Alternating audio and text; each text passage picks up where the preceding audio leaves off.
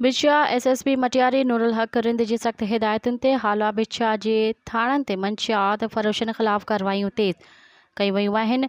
10 बोतलूं शराब जूं ऐं 235 ज़हरीलूं Z21 सोपारियूं हथ करे 3 जवाबदारनि मथां मंशियात जो केस दाख़िल कयो वियो आहे।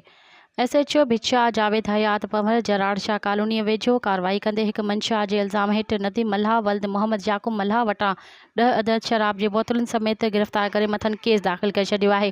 ॿिए पासे SHO हाला रियाज़ अहमद सब्ज़वाज़ी साधारण लिंक रोड ते भर में कार्रवाई कंदे 2 मंशियात फ़रोश रावल वल्द अली नवाज़ माछी ऐं फ़याज़ वल्द मियां बख्श उर्फ़ कालीअ वटां 235 ज़हरीलूं Z21 सोपारियुनि समेत गिरफ़्तारी करे केस दाख़िल करे छॾियो आहे। अॻु जे ॾींहुं पहिरियां हाला 2 चिंचियूं मिठो वल्द फोटो डाहिरी ऐं मोहम्मद आरिफ़ कोरी जूं काफ़ूर कई वयूं, जेके हाल पुलिस कार्रवाई कंदे 2 चिंची बाज़ियाब कराए असल मालिकनि जे हवाले करे छॾियूं आहिनि।